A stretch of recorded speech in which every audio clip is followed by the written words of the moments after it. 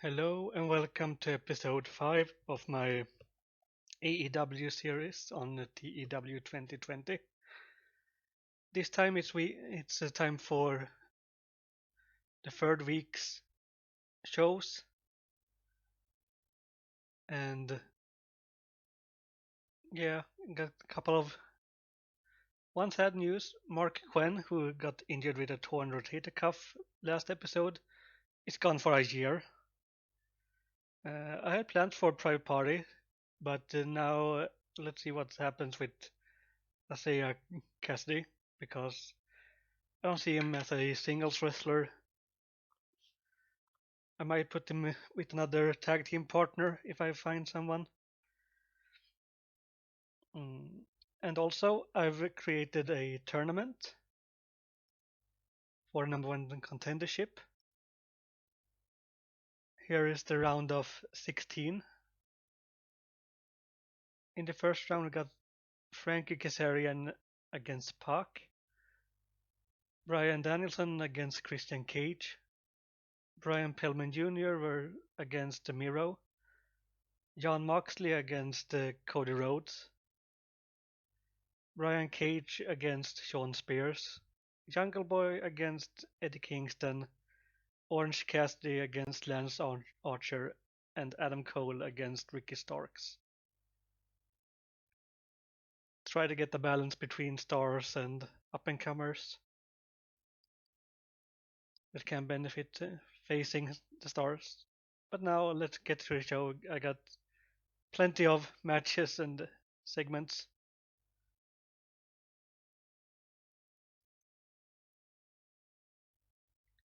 In a terrible pre-show match, Griff Garrison defeated Michael Nakazawa in 6:35 by pinfall with a spear. The match got a 34 rating, Griff with a 33, Michael Nakazawa with a 28. Julia Hart did some good work at ringside as the manager of Griff. In a pre-show bout that didn't have much heat and terrible wrestling, Jade Cargill defeated Sada Shang in 5:33 by pinfall with a Jaded. The match got a 37, and Jade had an in-ring performance of 37, Sada 33.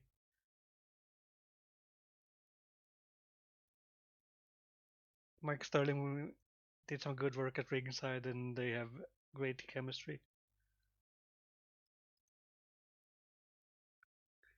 In the pro-show bout that didn't have much heat and terrible wrestling, 2.0 defeated Brock Anderson and Lee Johnson of the Nightmare Family in 10:07 when Jeff Parker pinned Brock Anderson with a sweet taste of professionalism. Brock Anderson was the weak link, struggling to keep up with everyone else's in-ring performance. The match got a rating of 44, Jeff Parker 49, Matt Lee 50, Lee Johnson 36, and Brock Anderson 23.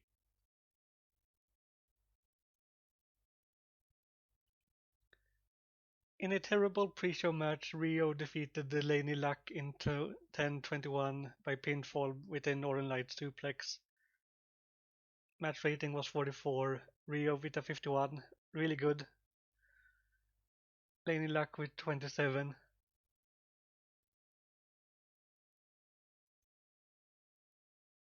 In the pre-show bout that didn't have much heat and terrible wrestling, Serena Deeb defeated Santana Garrett in 6:50 with a spear.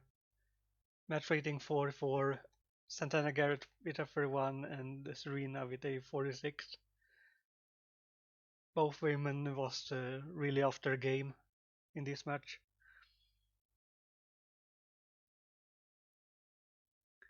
And in the interview on screen with Dasha Gonzalez, Ricky Starks says that he is going to defeat Adam Cole and go through to the next round in the number one contender tournament.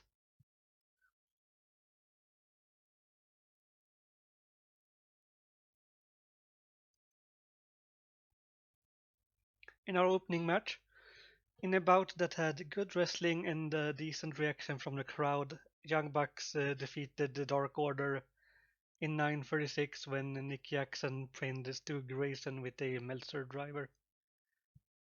Match rating was 75. Evil Uno with a 56, Stu Grayson with a 52, and both the Young Bucks had 79 as a in-ring performance.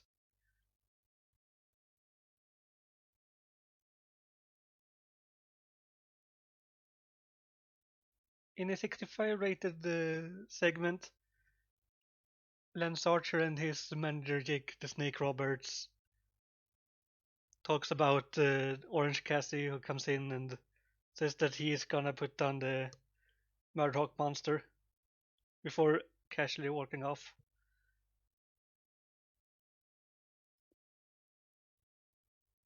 In the 67 rated match, in a good match, Lance Archer defeated Orange Cassidy in 8:54 by pinfall with a blackout.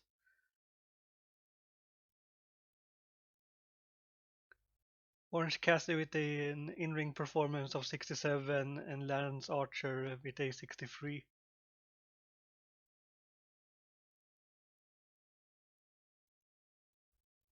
In a 48 rated promo, Serena Deeb accepts Hikarushita's challenge from next week.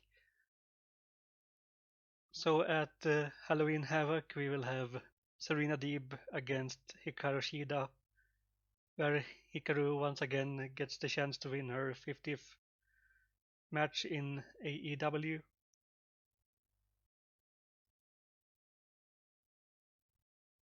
In a 62 rated match, in a decent match, Brian Cage defeated Sean Spears in 9:53 by pinfall with a Weapon X. Brian Cage with an in-ring performance of 55 and Sean Spears had a 51. So Brian Cage goes through to the quarterfinals.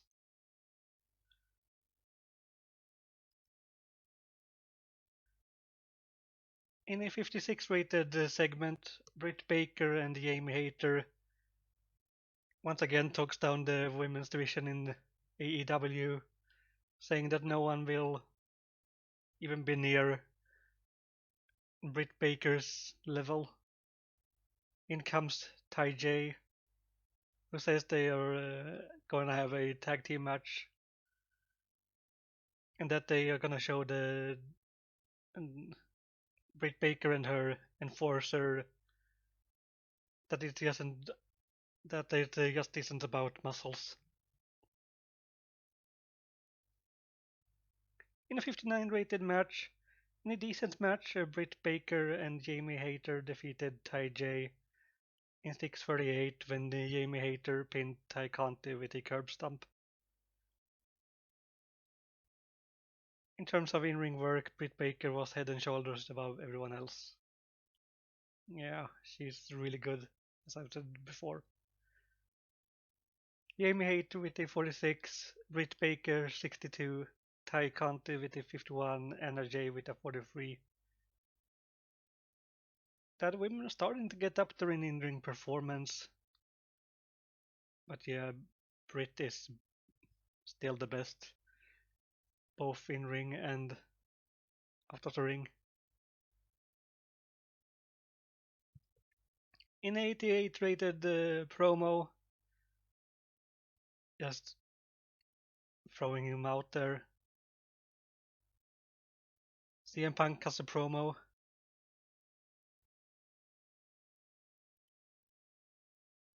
saying that he may not be wrestling as much as people want, but he still feels ring rust after being gone for 7 years.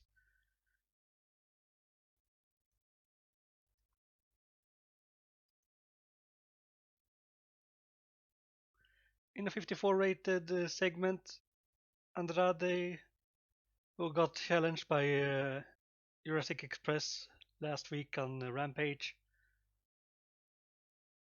has found a tag team partner in Isaiah Cassidy. Isaiah, who recently lost his tag team partner Mark Quinn due to injury.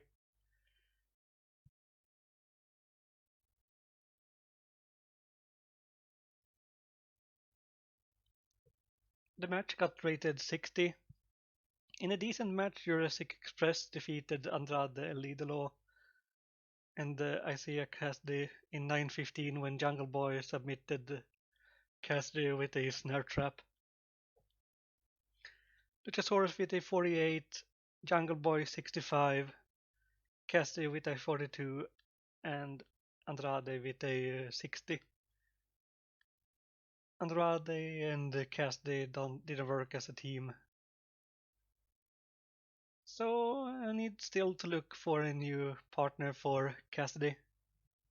Andrade wasn't the one.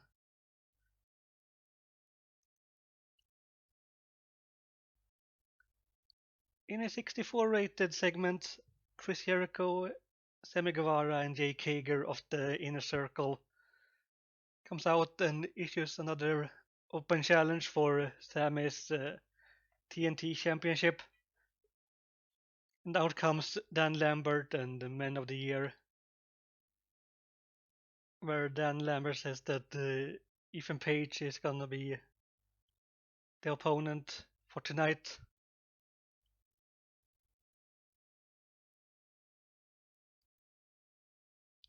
In a 55 rated match in a bout that had decent reaction from the crowd but subpar wrestling, Sammy Guevara defeated Ethan Page in 8-12 by pinfall with a GTH. Sammy Guevara makes defense number 3 of the AEW TNT title. Sammy with a 53, Ethan Page with a 42. I was expecting better from them, from both of them. Sammy Guevara and Ethan Page don't seem to click, and it made for an awkward bout.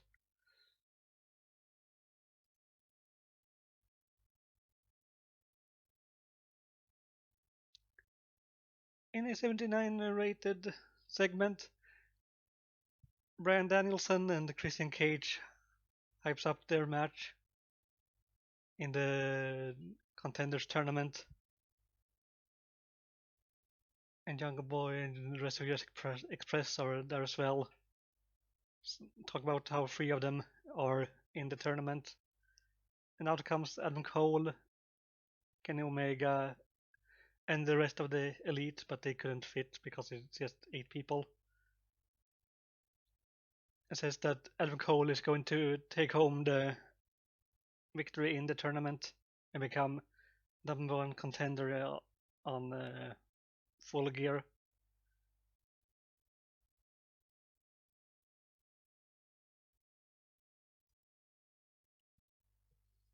In a 69 rated match, in a decent match, Pac defeated Frankie Kazarian in 12-18 by submission with a brutalizer. Frank Kazarian with an in-ring performance of 51 and Pac with a 73. They had great chemistry.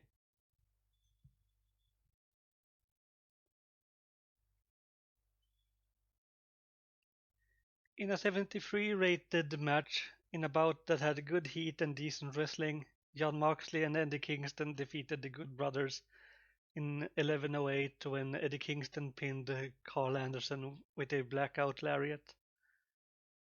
Jon Moxley carried the match in terms of in-ring performance. Eddie Kingston had a 62, Jon Moxley 76, Carl Anderson 60, and Doc Gallows 58.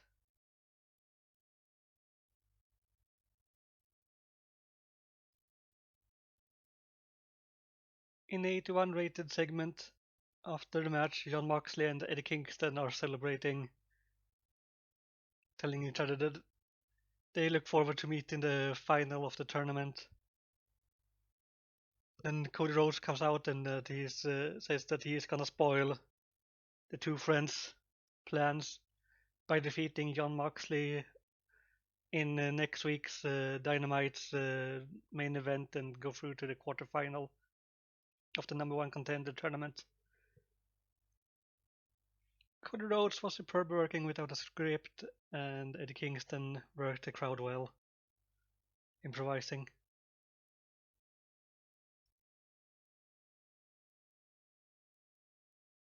And the show overall got a 76 rating. Really good. I'm surprised that they got that good, but the main event segment that got the 81 and the match really helped, and probably Punk's 88 rated segment. So maybe it's a little bit cheap to throw him in there, but the goal with the save is to increase my popularity all around the world. So I'm gonna do everything I can to do so.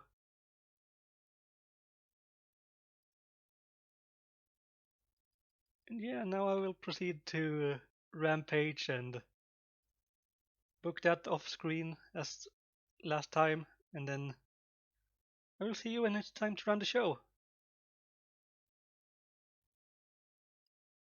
I just had this popping up when I was about to book a Rampage. Bryan Danielson takes Alan Angels under his wing as a protege. And also we had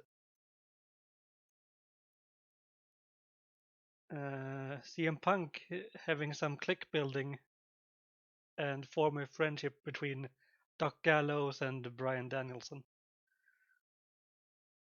So here we are at Rampage. Let's start the show. In a pre-show bout that didn't have much heat and terrible wrestling, Ty J defeated Jessamine Duke and Marina Shafir in 9:36 when Ty Conti submitted Marina Shafir with a cross armbar. The match got rated 41, Ty Conti with a 47, Anna Jay with a 43, Marina Shafir 25, and Jessamine Duke 26.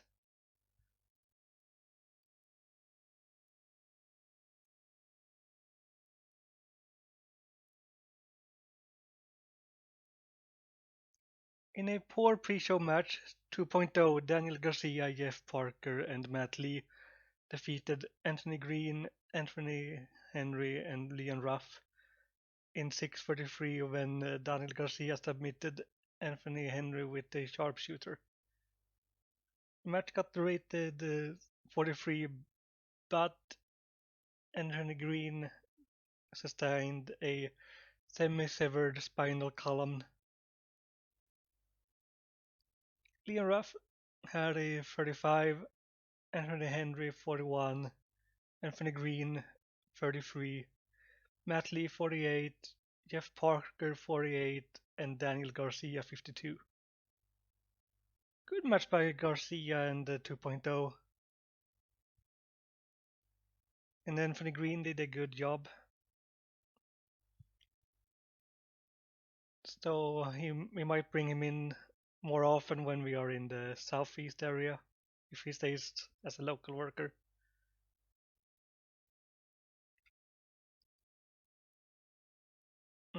Thank you, Chavo. In a 39 rated match, in a terrible pre-show match, Kylie Ray defeated Laney Luck in 550 by submission with a crossface. Kylie Ray with an in-ring performance of 43, Laney Luck with 25.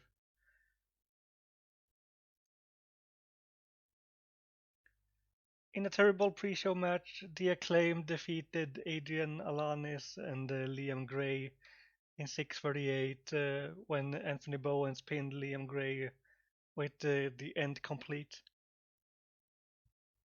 Adrian Alanis 22, Liam Gray 27, Max Caster 42, and Anthony Bowens 41. Yeah, stellar performance by The Acclaimed. In a opening segment, Miro comes out and says that he will win the number one contender tournament and he will mow through his opponents. And in his first match is Brian Pillman, who says that he might be the underdog, but he will show the world that Flying Brian can become number one contender as well.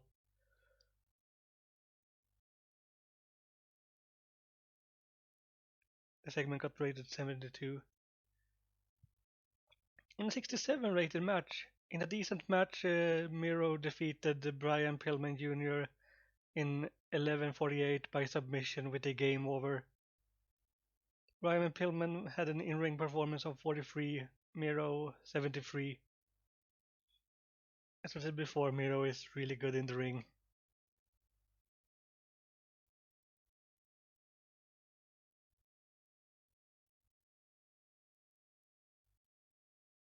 In a 61 rated segment, the usual Britt Baker and Jamie Hayter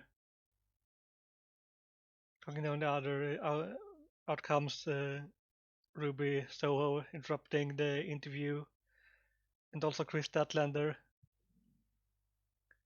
And it is announced that the two teams will face each other at Halloween Havoc.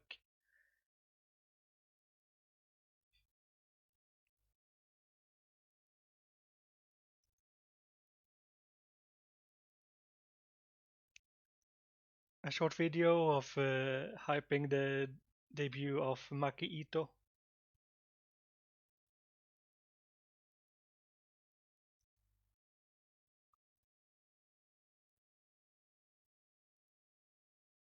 In a 61 rated match, in a decent match, FTR defeated Alex Reynolds and John Silver in 12:57 when Cash Wheeler pinned Alex Reynolds with a big rig. Alex Reynolds was the weak link.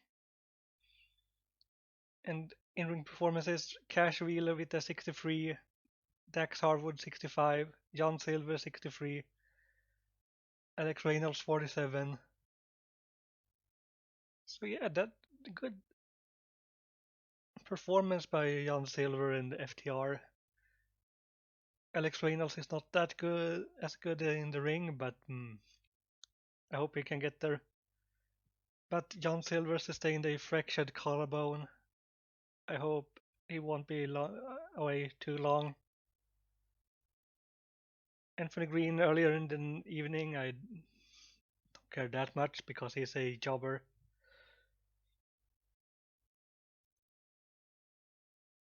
Thank you, BJ.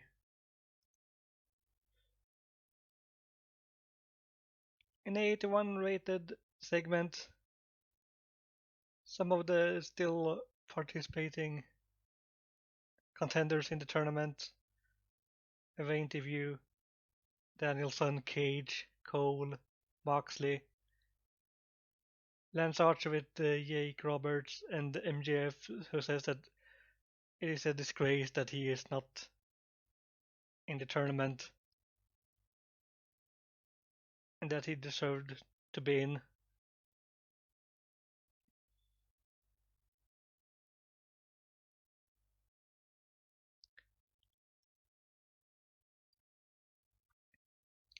In a 65 rated match, in a bout that had good heat and decent wrestling, Jungle Boy defeated Eddie Kingston in 13:34 by pinfall with a Canadian Destroyer.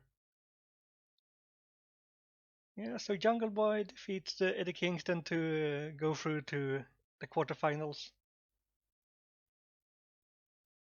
Jungle Boy with a 64 and Eddie Kingston 57. Eddie Kingston was really off his game. And that was Rampage for this week.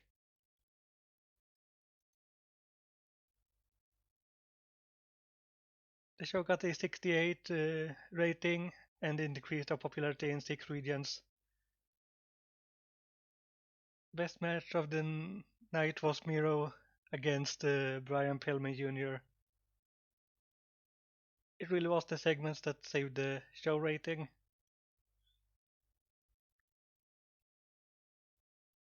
Yeah, but next episode will be the go home shows for Halloween Havoc.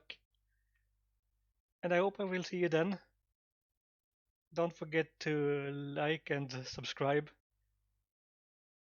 And I hope I see you next time. Take care. Bye.